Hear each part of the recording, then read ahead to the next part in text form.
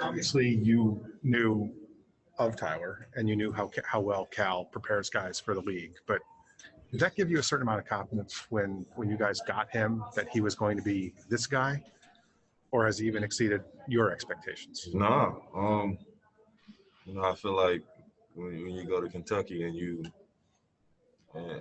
built the way you're supposed to be built, I feel like you can make it anywhere in this association. And going from Kentucky to Miami, it's kind of like they kind of simulate each other, so they're kind of similar, just different, obviously different levels. But it's kind of similar. So when we drafted Tyler, and everybody's asking me questions, and I was like, "Yo, you'll be ready." His opportunity might be different from mine, but like we see now, we're ready. And the other thing I wanted to ask you was, there's that game tonight at 9:00. Will you watch? Will you not watch? How do you handle those? Like, would you rather? I watch because at the end of the day, it is basketball. I want to see who our opponent is. I just don't want to hear about it. I want to actually watch the game, and then you start to see some of their tendencies as you're watching the game, so you get a head start on your scout. And obviously, how are you? Obviously, you haven't reached this level before in the NBA playoffs after just the first round a couple of years ago. Does this feel different? Does every step you take feel like a little bit more? And, is sort of, you feel the pressure rising or anything like that? What's it like to be at this level? It's definitely a level I've never been to. Hence, you already said that, but I don't feel like it's a nervousness with this team. I feel like it's an anxiousness because we're ready to play, and we just want to go out there and just produce, and we want this for each other. So I don't feel like it's any nervousness because everybody's got each other's back, including the coaching staff. So we're all unity, you're our unit, and we're together. So I feel like we're ready to take on this task again. And we've heard so much about how this team is quote unquote built for the bubble. Why have the Miami Heat found a way to thrive and be built for the bubble? Heat culture, man.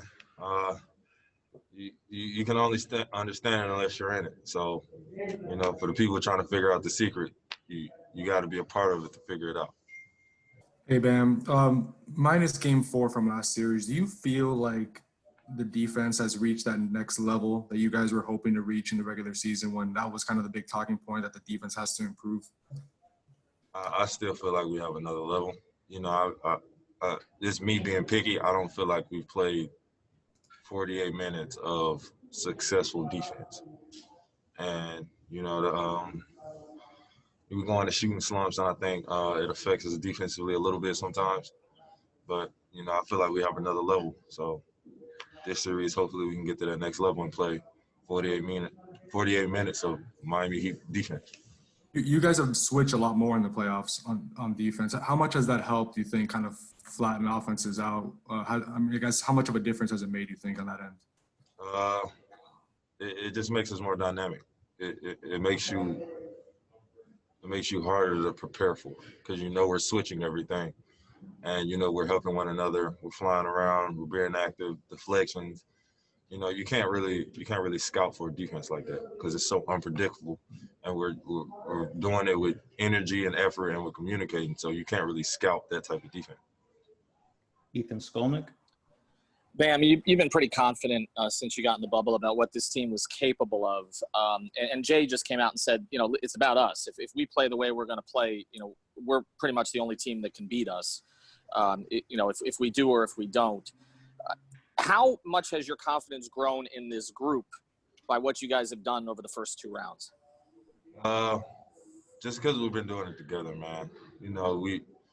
We have guys that have big nights, but at the end goal, we all care about winning. And, like I said, it's fun to win. So really our team doesn't care who scores as long as at the end of the clock, we got more points than the other team. We end up with a W. So it doesn't really matter to us who scores, as long as everybody's locked in and focused and prepared to get a W. Dan, one quick follow, and I know you said it's about everybody. all the awards stuff came out, and it seems like you guys finished a little bit further back in some of the balloting than we anticipated you would. You know, maybe you for most improved, maybe Jimmy for an all-defensive team, maybe Goran for sixth man of the year. Do you guys talk about that at all within yourselves, or do you just kind of brush it off? Nah, we kind of brush it off.